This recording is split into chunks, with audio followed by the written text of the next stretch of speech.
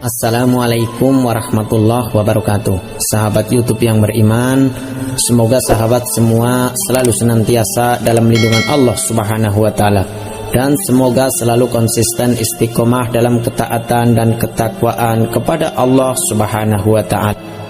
Tak dapat dipungkiri, setiap manusia pasti menghendaki kehidupan yang bahagia. Tidak ada satupun manusia yang hidupnya ingin susah, gelisah, sengsara, merana, dan selalu kekurangan. Namun kebanyakan orang menilai kebahagiaan itu diukur dengan materi.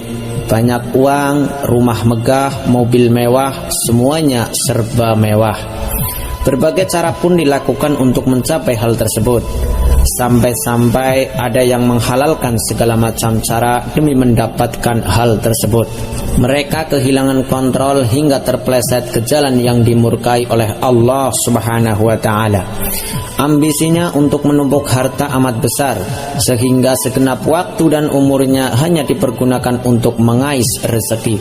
Tak ayal bila kesibukannya itu kemudian melalaikannya dari mengingat Allah, zikrullah, dan sholat 5 waktu maupun kewajiban yang lainnya. Mereka tidak ingat akan ancaman Allah Subhanahu wa taala yang berbunyi, biarkanlah mereka di dunia ini makan dan bersenang-senang serta dilalaikan oleh angan-angan kosong mereka. Kelak mereka akan mengetahui akibat dari perbuatan mereka itu. Mereka orang-orang yang gelap mata dan buta hati dalam mengais rezeki. Mereka tak lagi memperhatikan mana yang halal dan mana yang haram, sehingga nyaris jiwa dan raganya serta keluarganya tumbuh berkembang dari harta subhat, bahkan dari harta yang haram. Islam tak menghalalkan segala cara demi memenuhi kebutuhan hidup, karena semuanya telah diatur sedemikian rupa demi untuk meraih kebahagiaan baik di dunia maupun di akhirat.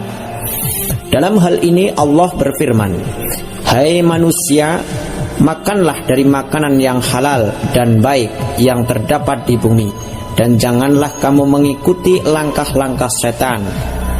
Sungguh setan itu musuh yang nyata bagimu." Al-Baqarah 168. Orang-orang yang berhasil sukses mengumpulkan pundi-pundi kekayaannya dengan cara-cara tersebut, hidupnya tidak tenang, selalu gelisah dan tidak bahagia karena efek dari harta yang tak berkah. Sebagai seorang mukmin yang beriman, untuk menghindari hal tersebut, para ulama, para kiai, orang-orang soleh telah memberikan solusi atau jalan keluar agar terhindar dari hal-hal tersebut, sebagai sarana untuk meraih kebahagiaan yang hakiki, kebahagiaan yang diridhoi oleh Allah Subhanahu wa taala. Sebagai langkahnya, kita bisa mengerjakan amalan atau zikir dan doa-doa yang telah diajarkan oleh Nabi dan Rasul, para ulama, kiai, dan orang-orang yang soleh. Dan tentunya dalam hal ini haruslah disertai dengan usaha zahiriyah, sebagai bentuk usaha atau ikhtiar batiniah kita untuk meraih kehidupan yang tentram, sejahtera, berkecukupan, bahagia dunia dan akhirat. Dalam hal ini kita bisa mengamalkan secara istiqomah amalan-amalan atau zikir yang telah diajarkan oleh para ulama dan orang-orang yang soleh. Di dalam kitab Kanzul Asrar, di mana dalam kitab tersebut telah dikisahkan bahwa ada seorang yang sudah tua berusia 70 tahun. Setelah orang tua tersebut mendengar tentang keutamaan dari ayat pengawal, orang tua tersebut tidak pernah meninggalkan untuk mengamalkan ayat tersebut. Di waktu pagi dan sore, dia selalu rutin membacanya sampai dia berusia 130 tahun. Pada saat Allah Subhanahu wa taala akan memanggilnya, dia bermimpi melihat Rasulullah sallallahu alaihi wasallam. Dalam mimpinya Rasulullah berkata kepadanya, "Sampai kapan kamu akan lari dari kami?" Dia terbangun dari mimpinya dan dia merenungkan apa yang diucapkan Rasulullah sallallahu alaihi wasallam kepadanya di mimpinya. Pada suatu malam dia tidak membaca ayat tersebut, sehingga pada malam itu juga orang tua tersebut meninggal dunia. Ayat tersebut telah memberikan jaminan bagi siapa saja yang mengamalkannya, dengan jaminan akan diberikan kebahagiaan dan keberuntungan di dunia dan akhirat. Apabila kita bisa istiqomah membaca ayat tersebut 7 kali sesudah sholat fardu, maka apabila orang tersebut lemah, maka akan diberi oleh Allah kekuatan. Dan apabila sedang terhimpit masalah, maka akan diberikan pertolongan oleh Allah Subhanahu wa ta'ala. Dan apabila dalam kesusahan, maka akan diberikan kemudahan oleh Allah ta'ala. Dan apabila memiliki sangkutan hutang, maka akan diberi pertolongan melunasi hutangnya. Dan apabila sempit rezekinya, maka akan diluaskan rezekinya. Barang siapa membaca ayat ini, dia tidak akan mati di hari ketika ia membacanya.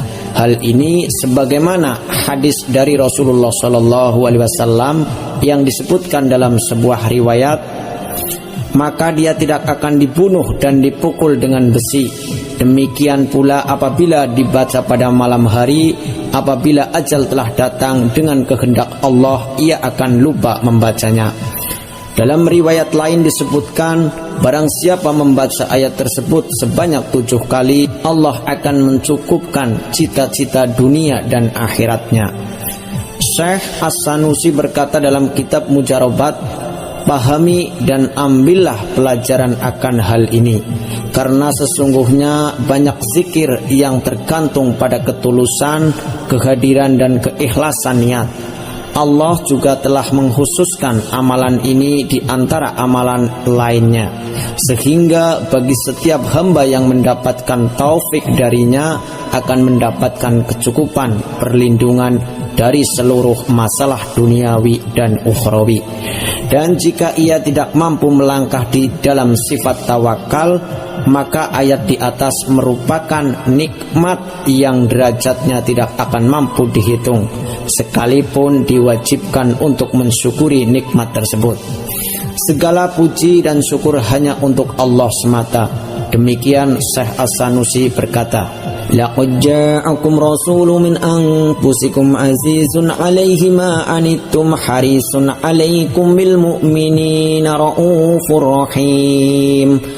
Fa in tawallaw faqul hasbiyallahu la ilaha illa huwa 'alaihi tawakkaltu wa huwa rabbul arsyil 'azim.